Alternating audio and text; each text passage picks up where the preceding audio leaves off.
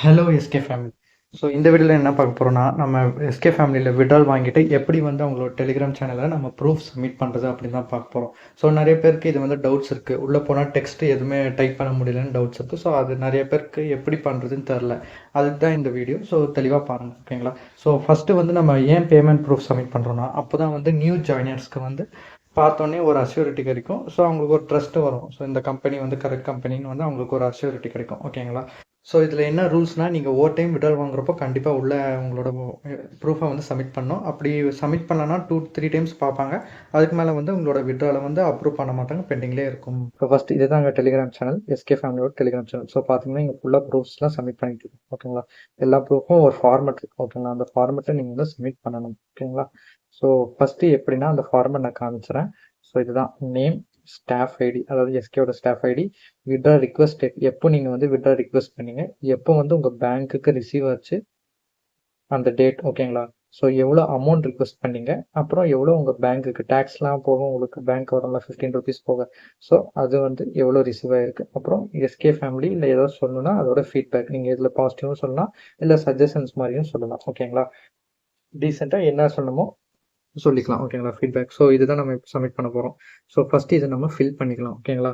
So copy பண்ணிவிட்டு என்ன பண்ணுறோன்னா, நீங்கள் வாட்ஸ்அப்பில் எங்கேயாவது ஃபஸ்ட்டு சென்ட் பண்ணி வச்சுக்கோங்க. நான் எக்ஸாம்பிளுக்கு இது நான் ஏதாச்சும் நான் இப்போ டைப் பண்ணிட்டு வரேன், ஓகேங்களா? ஓகே, இப்போ வந்து நான் ஃபில் பண்ணியாச்சு. பாருங்கள், நேமு, ஸ்டாஃப் ஐடி, டேட், எப்போ ரிக்வஸ்ட் கொடுத்தேன் விட்ரால், எப்போ ரிசீவ் ஆச்சு, எப்போ வந்து அமௌண்ட் எவ்வளோ வந்து ரிக்வஸ்ட் கொடுத்தா எவ்வளோ ரிசீவ் ஆச்சு, அப்புறம் அதோட ஃபீட்பேக், ஓகேங்களா?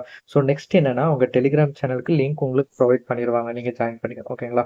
ஸோ இதில் வந்து நீங்கள் எப்படி பண்ணணும்னா, முதல்ல வந்து உள்ளே போயிட்டு இந்த பின் சிம்பிள் இருக்குங்களா? ஸோ இந்த பின் சிம்பிள் வந்து கிளிக் பண்ணிக்கோங்க. இது நான் நோத்திக்கிறேன். இந்த பின் சிம்பிள் கிளிக் பண்ணிக்கோங்க, ஓகேங்களா?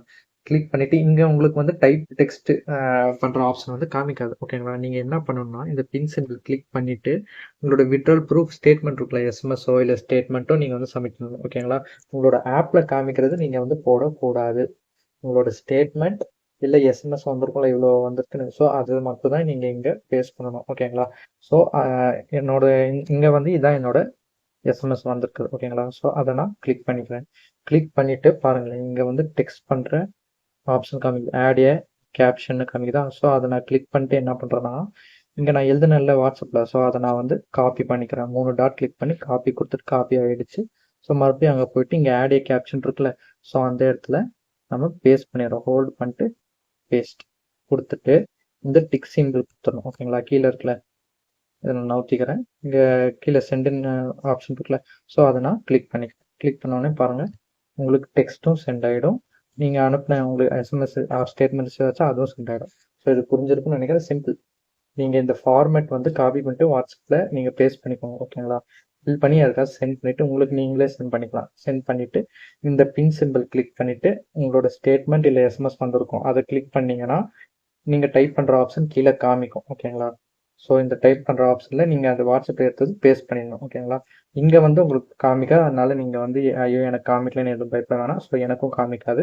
நீங்கள் அந்த பின் சிம்பிள் கிளிக் பண்ணிட்டு ஏதாவது ஒரு ஃபோட்டோ செலக்ட் பண்ணிங்கன்னா அதுக்கப்புறம் உங்களுக்கு கீழே காமிக்கும், ஓகேங்களா? ஸோ புரிஞ்சுக்கும்னு நினைக்கிறேன். தேங்க்யூ.